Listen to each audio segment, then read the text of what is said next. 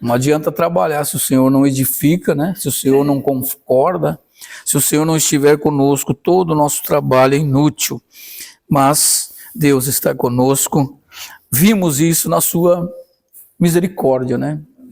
Na sua misericórdia incessante, nos levantando, nos encorajando, não é? Nesse tempo tão difícil que estamos vivendo. Por isso eu acredito, irmãos, e acredito que todos também acreditam que estamos vivendo o tempo do fim. Não é? É algo assustador o que a gente vê, irmãos, né? A frieza latente. Há anos atrás a gente via as pessoas mais crentes, mais tementes a Deus, né?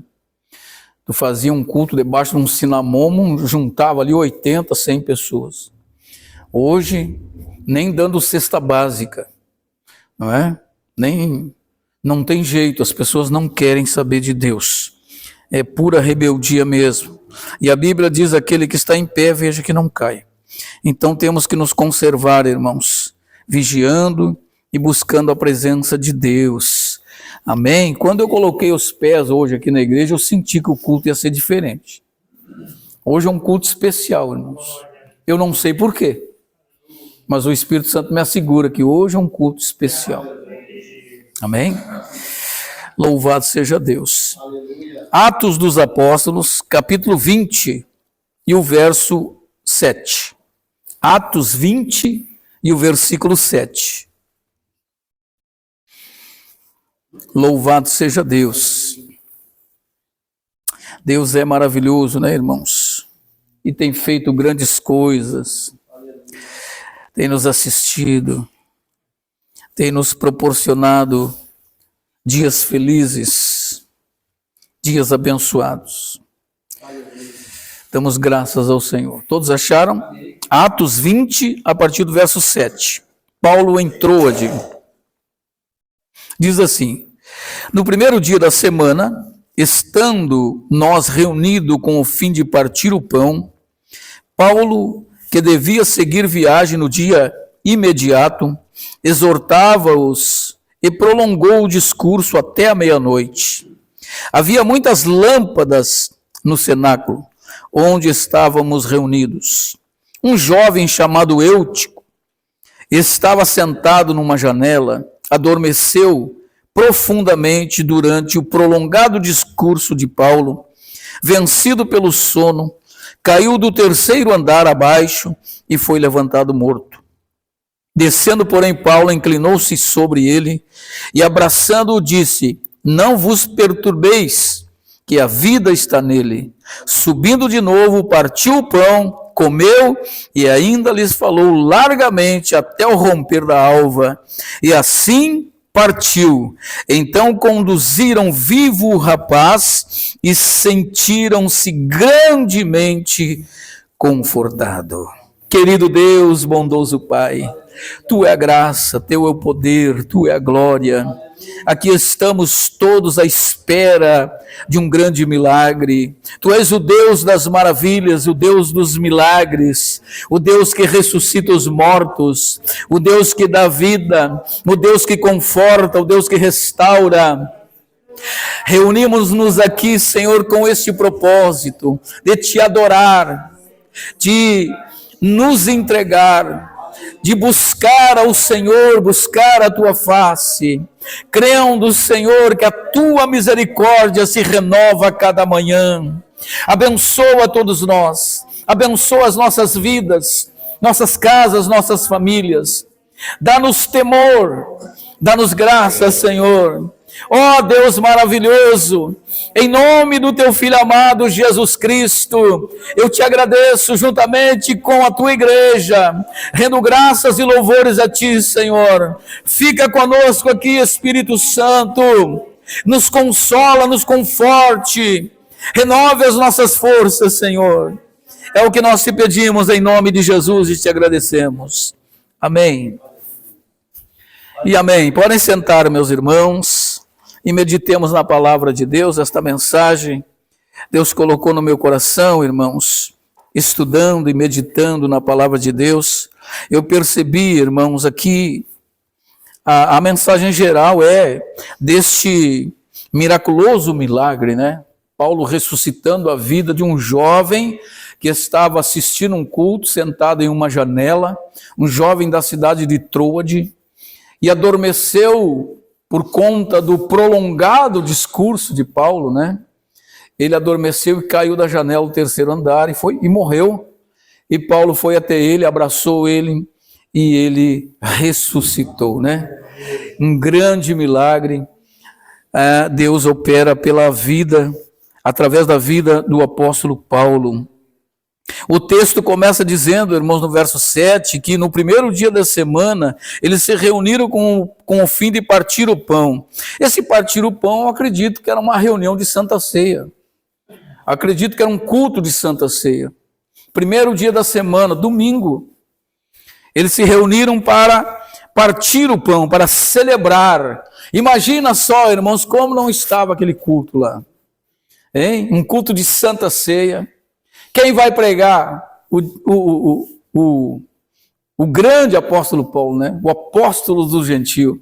O apóstolo Paulo, ele vai pregar. E olha só a pregação do apóstolo Paulo, irmãos. Um longo discurso.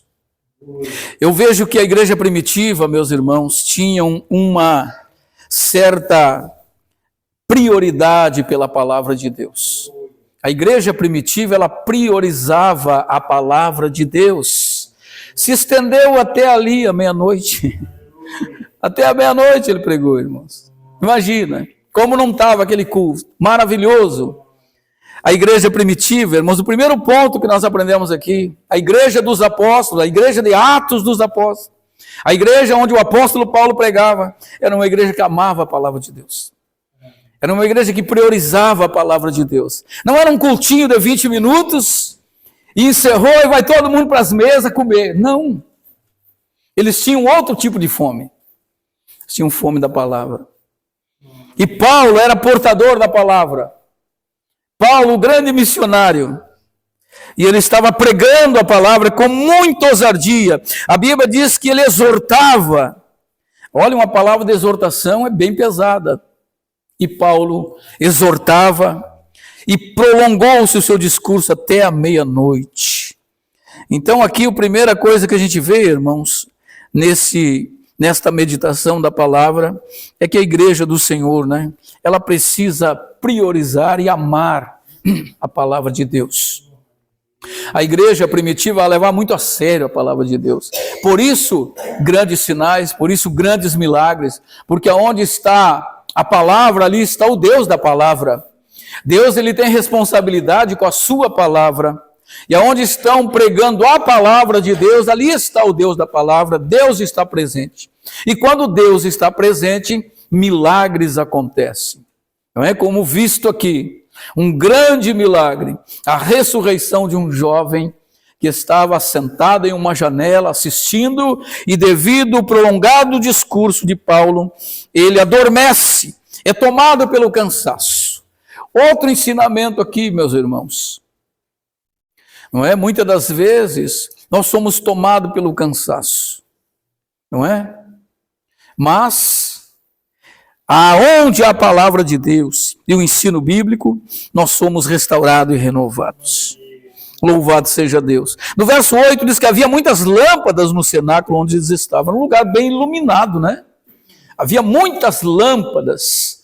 E eles estavam lá em cima, no terceiro andar, e era uma sala bem grande, bem iluminada, cheia de luz. E lá estavam eles, ouvindo a palavra de Deus.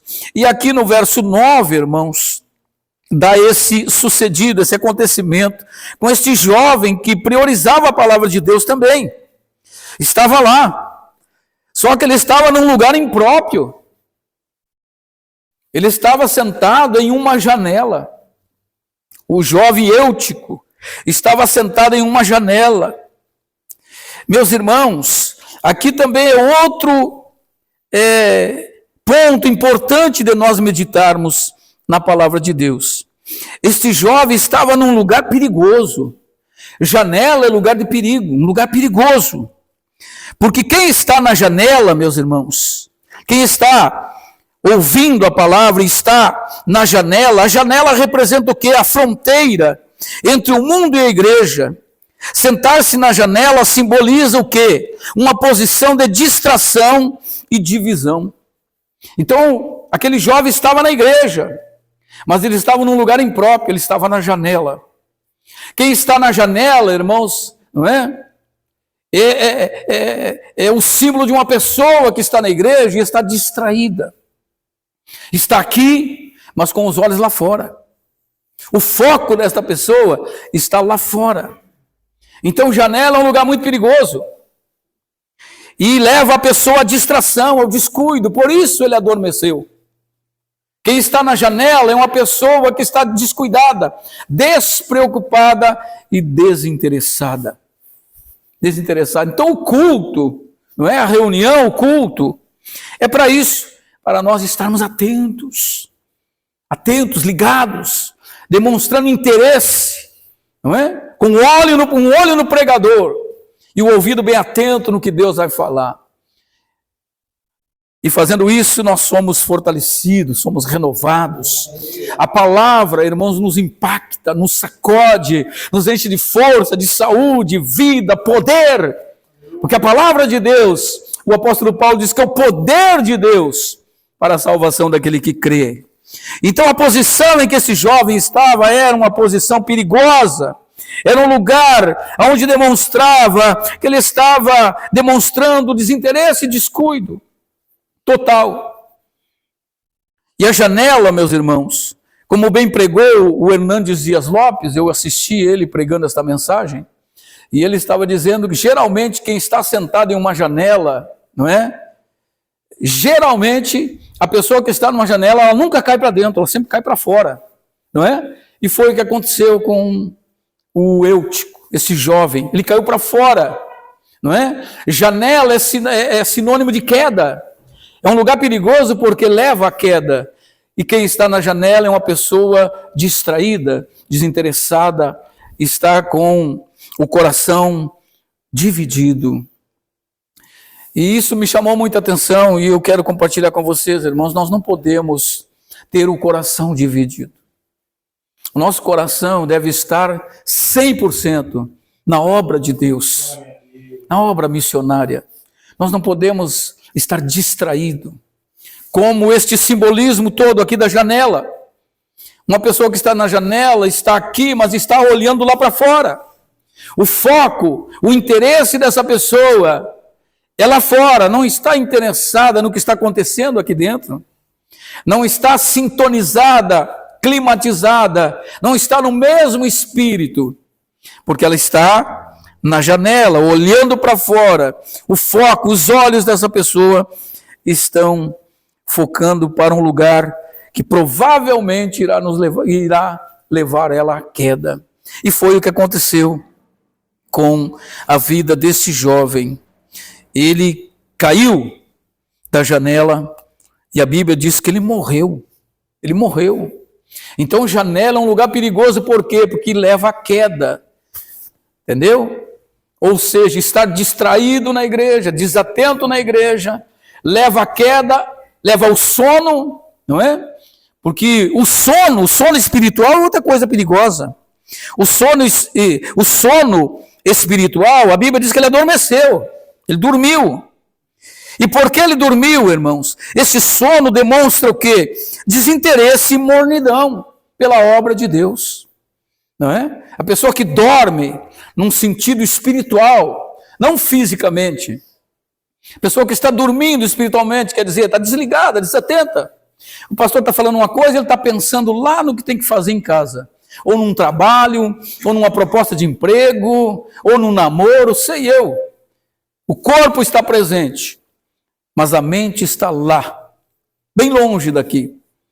Essa pessoa, provavelmente, ela vai cair, ela vai sofrer a queda, não é? E como nós vimos aqui, é uma queda mortal, não é? Janela é um lugar perigoso, janela é o lugar dos indecisos, lugar daquelas pessoas que não querem e não têm um compromisso com Deus, elas não assumem uma fé, entendeu? Posicionada na obra de Deus, e isso é um alerta para todos nós, irmãos. Na obra de Deus não tem lugar neutro, ninguém fica neutro na obra de Deus. Ou tu faz, ou tu faz. Não tem como ficar neutro. Nós temos que estar sempre como uma engrenagem, entendeu? Rodando esta grande roda.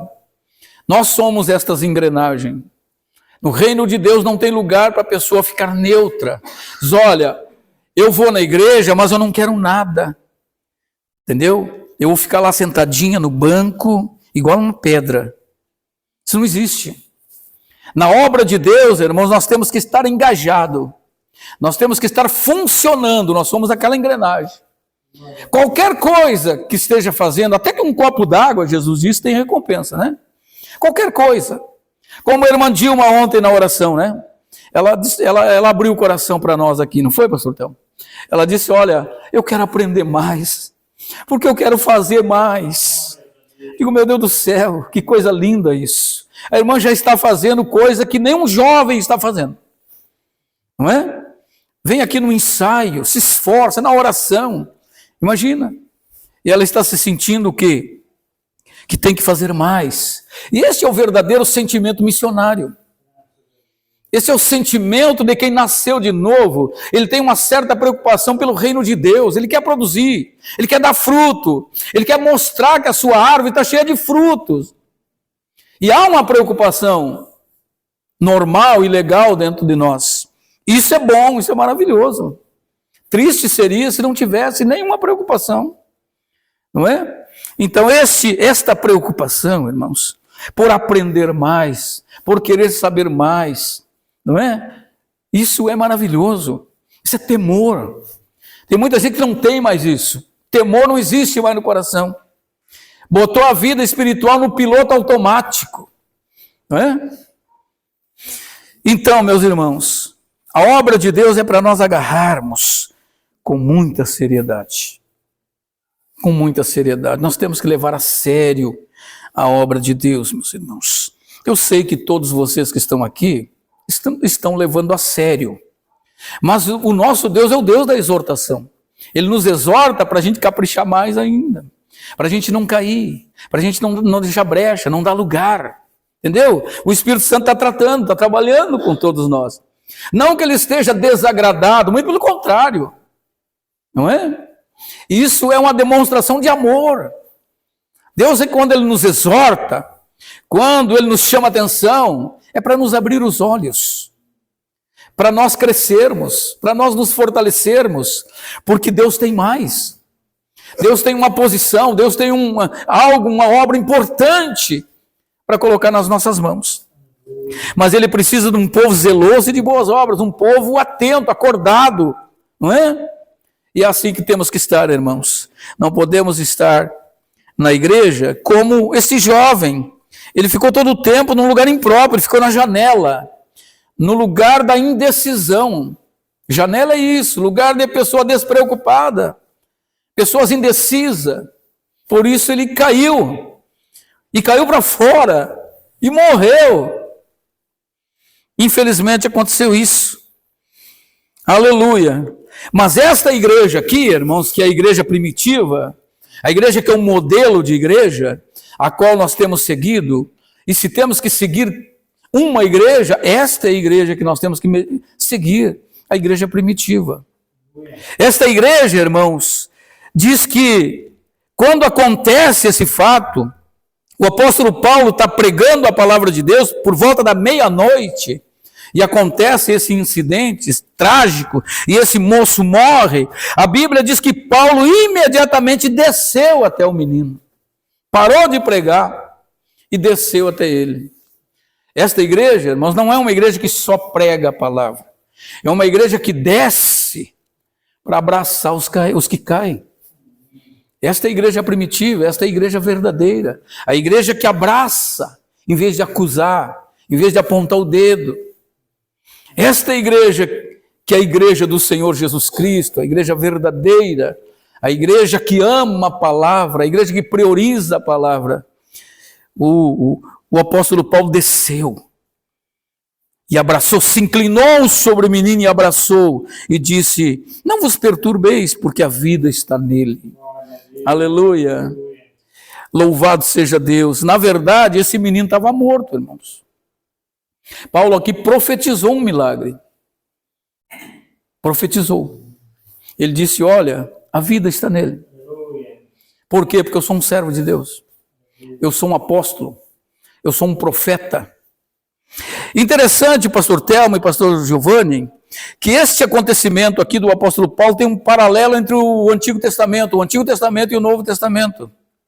Se nós formos lá em 1 Reis 17, 21, nós vamos encontrar o profeta Elias fazendo isso, ressuscitando o filho da viúva de Serepta. E ele faz isso, ele se inclina sobre o menino.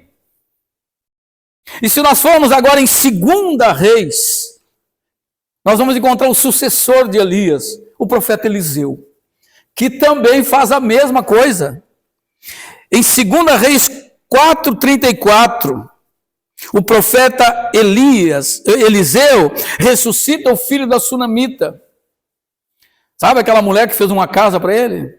Olhou o Eliseu e disse para o marido dela, eu vejo que esse homem que passa aí sempre aí na nossa frente, eu vejo que ele é um santo homem de Deus. Vamos preparar um lugar aqui para ele? Vamos fazer um quarto para ele, para que ele venha e possa repousar e descansar, e que a gente possa demonstrar generosidade e dividir com ele o nosso pão, a nossa casa. E Eliseu se hospedou na casa desta mulher. Depois ele percebeu que aquela mulher não tinha filho, e ele profetizou na vida dela que ela teria um filho. E ela teve o filho, porque a palavra do profeta não volta vazia, a palavra de Deus é a palavra que se cumpre. E ela teve o filho, e o filho cresceu, mas infelizmente um belo dia ele adoeceu, e esse menino morreu, e ela foi atrás dele, e ele voltou, e ele fez justamente isso, irmãos. Ele pegou o menino nos braços, levou para o seu quarto, deitou sobre a sua cama, e deitou-se sobre ele 3 vezes. Aqueceu aquele menino, e orou ao Senhor, e o Senhor ressuscitou. E ele disse o quê? Ao devolver para aquela mãe, ele disse, o teu filho está cheio de vida, teu filho vive. É exatamente o que Paulo está dizendo aqui. Não temas, a vida está nele. Aleluia. Paulo abraça aquele corpo morto. Deus, pelas mãos de Paulo, fez grandes milagres, irmãos. Milagres extraordinários, pelas mãos do apóstolo Paulo. Mas quem era Paulo? Paulo era um homem de oração, um homem dedicado, um homem que considerou tudo como perda, pelo precioso amor de Cristo. Um homem que demonstrou que Jesus era a prioridade na vida dele. Ele abriu mão de tudo. O apóstolo Paulo, ele viveu para Cristo. Ele disse, o viver para mim é Cristo, e o morrer para mim é lucro. Morrer não é perda, morrer não é desgraça, morrer é vitória, porque aquele que está em Cristo tem vida, e vida com abundância. É essa fé que nós temos que abraçar, meus irmãos. O apóstolo Paulo renunciou tudo, abriu mão de tudo para viver pela fé. E Deus usou ele de uma maneira extraordinária. Se queremos ser usados por Deus, nós temos que abrir mão de tudo e viver uma vida de fé intensa. Mas infelizmente os tempos que vivemos hoje, irmãos, tem muitas barreiras. Muitas. E uma delas é uma coisa que eles não tinham nesta época. Uma das maiores barreiras hoje para o crescimento espiritual, irmãos, é a facilidade para todas as coisas. Nós temos acesso a tudo. Tudo está na palma da nossa mão. Nós temos tudo, não falta nada. Esta geração, irmãos, para ela não falta nada. A única coisa que falta para esta geração é arrependimento e fé. Porque o demais eles têm. Só faltam voar. Vocês não concordam comigo? Tem tudo. Já viu alguém com frio aí só porque queira estar com frio? Porque tem roupa até nos lixão. Nos rádios chamando, venham aqui, tem roupa à vontade. Comida à vontade. Entende? Essa geração tem tudo, só não tem arrependimento e fé. Infelizmente, meus irmãos. Diferente dos dias dos apóstolos, eles não tinham o carro que nós temos hoje. Eles não tinham esse aparelho de som que nós temos hoje. Imagina o apóstolo Paulo, o pastor Terra, o pastor Giovanni evangelizando hoje, usando o WhatsApp, o Instagram, usando todas as fontes. Meu Deus do céu. Se esse homem a pé e a cavalo, ele revolucionou o mundo antigo, viajando de barco, de navio, 24 horas na obra missionária. Imagina ele vivendo hoje, não é? Ele ia usar todos os meios, não é? Quantas cartas mesmo ele enviou? Estava sempre enviando carta. Imagina o WhatsApp dele, como não seria, não é? Ele ia fazer do WhatsApp, ele ia fazer um campo missionário. Olha só o que o Espírito Santo está trazendo a nós, irmãos. Olha o que o Espírito Santo está falando a todos nós. Que maravilha. Aleluia. Mas o apóstolo Paulo fez esse grande milagre, irmãos, e com isso, com esse grande milagre da ressurreição da vida desse jovem, ele estava fazendo o quê? Ele estava autenticando o seu ministério de profeta e apóstolo. O apóstolo dos gentios. Com os milagres que ele operou, esse não foi o único, um dos milagres, né, do apóstolo Paulo. Ele então está autenticando e verdadeiramente mostrando, comprovando com provas que ele era profeta de Deus, o apóstolo do Senhor. As pessoas, todas testificaram. Não deixou dúvida que o apóstolo Paulo era um profeta do Senhor, o enviado do Senhor, o apóstolo do Senhor. Aleluia! Louvado seja o nome do Senhor, meus irmãos. Aleluia. Então o apóstolo Paulo, ele desce. Veja só, irmãos, outra coisa que a gente compreende aqui à luz da palavra e à luz da revelação do Espírito Santo, a gente entende que a palavra, ela é muito importante na igreja, para a salvação daqueles que ouvem, para a libertação daqueles que ouvem, não é? Para o conforto daqueles que ouvem, porque aqui, diante deste grande milagre, a Bíblia diz que todos eles foram confortados. A igreja é confortada onde tem a palavra, onde tem o ensino bíblico, onde tem um profeta de Deus, um apóstolo do Senhor, compromissado com a palavra de Deus. E a Bíblia diz que o discurso dele foi longo, irmãos, não é? Ele gastou muito tempo, imagina, era meia-noite, depois ele amanheceu, a Bíblia diz. Depois da ressurreição do menino, daquele grande milagre, ele foi ceiar, aí sim foi celebrar a ceia, ele foi comer, e depois ele estendeu o discurso até o raiar da alva. Aleluia. Olha só, meus irmãos. E a igreja não se cansava, mas também se cansava diante de um grande e extraordinário milagre, né?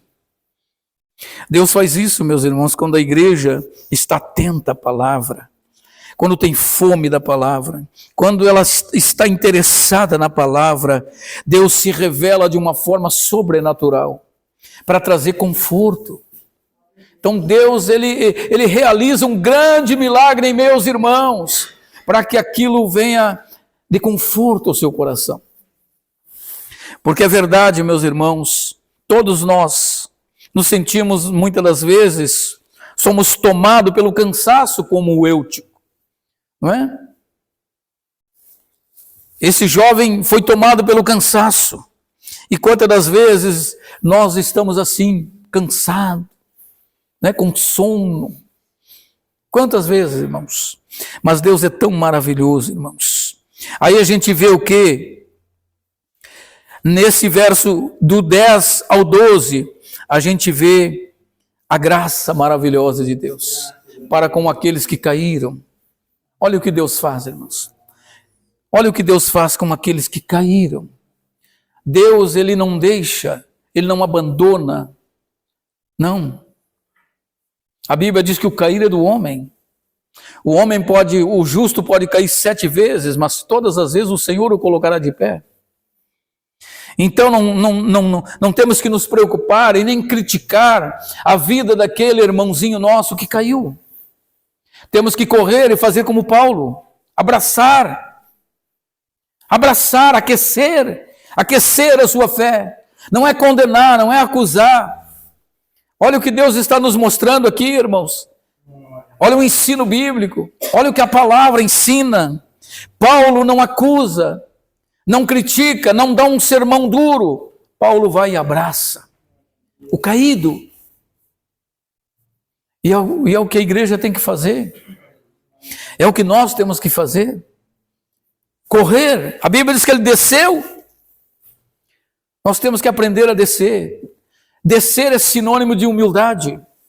Entendeu? É ser humilde. Ir até os caídos e oferecer vida. Vida. Todos nós temos vida e vida com abundância. A palavra de Deus é vida. Todos nós carregamos a palavra no coração. Nós estamos cheios de vida. E tem tantos caídos e mortos aí que precisam de vida. Precisam ressuscitar, precisam voltar à comunhão. E eu e vocês somos responsáveis. Fomos comissionados por Deus. Ele nos tirou das trevas para a luz. Nos encheu de poder e vida. Nos deu espírito de poder. Para quê? Para isso. Para nós ir lá nos caídos e enchê-los de vida. Não para dar um sermão, não para cobrar, não para apontar o defeito, mas para abraçar. O apóstolo Paulo aqui dá a maior demonstração de amor. Esta igreja é uma igreja que priorizava a palavra. É uma igreja, irmãos, que suportava longos discursos. Não é como as igrejas de hoje, 20 minutos de sermão, 45, 50 de louvor. E apresentação, sorteio, bingo e não sei mais o que. Dança e não sei o que, né? Olha o apóstolo Paulo aqui pregando a noite inteira. Pregando a noite inteira. Uma igreja que prezava e priorizava a palavra de Deus, irmãos. Aleluia. Louvado seja o nome do Senhor. E esta igreja é uma igreja missionária. É uma igreja que desce para levantar os caídos. É uma igreja que abraça aqueles que estão feridos e machucados. É o que Deus está nos mostrando nessa noite, meus irmãos. É o que temos que fazer. Então a Bíblia diz que esta igreja, ela foi o quê? Grandemente confortada, fortalecida, confortada pelo Senhor. A igreja que prioriza a palavra, a igreja que desce, a igreja que é humilde, que abraça. Amém? Ela é confortada. Ela vê grandes sinais, grandes milagres, grandes respostas de Deus. Deus se manifesta. Deus faz grandes milagres. Aqui nós vemos o que? A graça maravilhosa do Senhor. A graça restauradora. Aleluia. Eu estava estudando o significado da palavra eutico.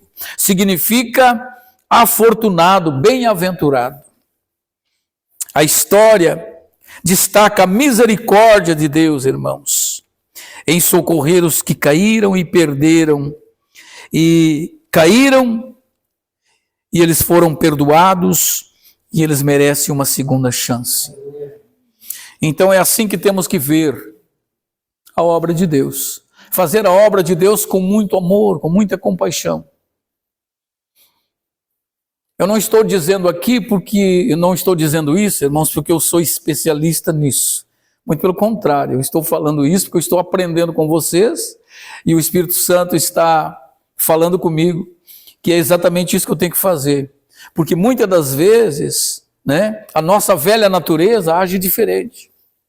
A gente, em vez de demonstrar amor e compaixão, a gente demonstra outra coisa, né? Então nós aprendemos com a palavra de Deus. Por isso que nós não temos que faltar cultos, não é? Reuniões. Este culto estava na agenda de Deus. Sim, estava lá na agenda dele. A palavra, a inspiração é do Espírito Santo. a interpretação é inspirada pelo Espírito Santo. E as pessoas quem envia o Senhor. Deus enviou vocês aqui para vocês ouvirem esta mensagem. Para termos cuidado com a distração. 4 pontos nós levantamos aqui, vocês perceberam? Priorizar a palavra, não estar distraído, correr e abraçar os caídos, não é? E nos regozijar no tempo da restauração. Porque a igreja ela passa pelo vale, irmãos. Por tempos difíceis, de luta, batalha, dificuldade, escassez, não é? E Deus está vendo tudo. A igreja está passando por uma grande escassez, por um deserto árido. A igreja está com muita sede, ela precisa de água. A igreja, eu estou vendo a igreja. Deus lá sentado no seu trono, contemplando a igreja, os seus filhos. Eles já estão cansados, já estão exaustos. Eles estão atravessando um grande deserto, mas falta pouco. Eles vão chegar do outro lado e eles vão beber abundantemente na fonte que eu abri para eles. O tempo da restauração, irmãos, é aquela fonte, não é? É representado por uma pessoa sedenta, com a boca seca, quando ela encontra uma fonte de água fresca, gelada. Ele sacia a sede. Assim é, irmãos, a restauração de Deus. Quando nós estamos secos, sedentos, com a língua pegando já no céu da boca, Deus diz, calma, o poço já vai se abrir. Tu vai beber abundantemente. Aleluia. Porque é Ele que sacia a nossa sede, irmãos. Então, tenha calma. Não desvie no deserto. O deserto é o tratado de Deus. É o discipulado pessoal. Deus nos faz cruzar em deserto. Para nós sentirmos sede, abandono, ausência de abraço, calor humano. Para lá na ponta, quando chegar no final, nós nos encontramos com o Senhor e Ele nos dá um abraço. Ele nos conforta, Ele supre tudo aquilo que nós queríamos que os outros nos dessem. É assim que Deus faz, irmãos. Nós não temos que depender dos outros. É o Senhor quem supre as nossas necessidades. É Ele que é o nosso dono, nosso Pai. O que nós desejamos, nosso desejo, está diante dEle. Está diante dos olhos do Senhor. A bênção não chegou ainda porque não chegou o momento. Tudo tem o seu tempo, sua hora certa. Então espere com paciência no Senhor. Não se distraia, não vá para a janela. Não tire os seus olhos do pregador. Não tire os seus olhos do altar, da palavra de Deus. Esse jovem caiu porque ele estava olhando para fora. Estava interessado no que estava lá fora. Estava interessado nas coisas do mundo. O crente não pode estar dividido. O nosso coração, irmãos, tem que ser 100% dele, do Senhor. Nós temos que estar aqui ligados, atentos. Eu vim receber um milagre, eu vim buscar renovo, fortalecimento, eu vim ter um encontro com Deus. Eu vim para ser cheio da graça, eu vim para apresentar os meus filhos em oração, os meus netos, os meus amigos, para trazer pessoas doentes em oração diante do Senhor. Eu vim para isso na igreja, eu não vim para me distrair, tomar água, não, eu vim para ter um encontro com Deus, eu vim para levar muito a sério a obra de Deus, aleluia. E quem leva a sério, irmãos, a obra de Deus, é contemplado com milagres, sim. Com milagres extraordinários. Aleluia. Louvado seja o nome do Senhor. Vamos nos colocar em pé, irmãos. E vamos orar agora. Agradecendo a Deus por sua bendita palavra.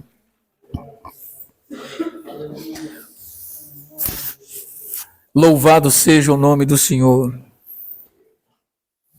Deus é maravilhoso.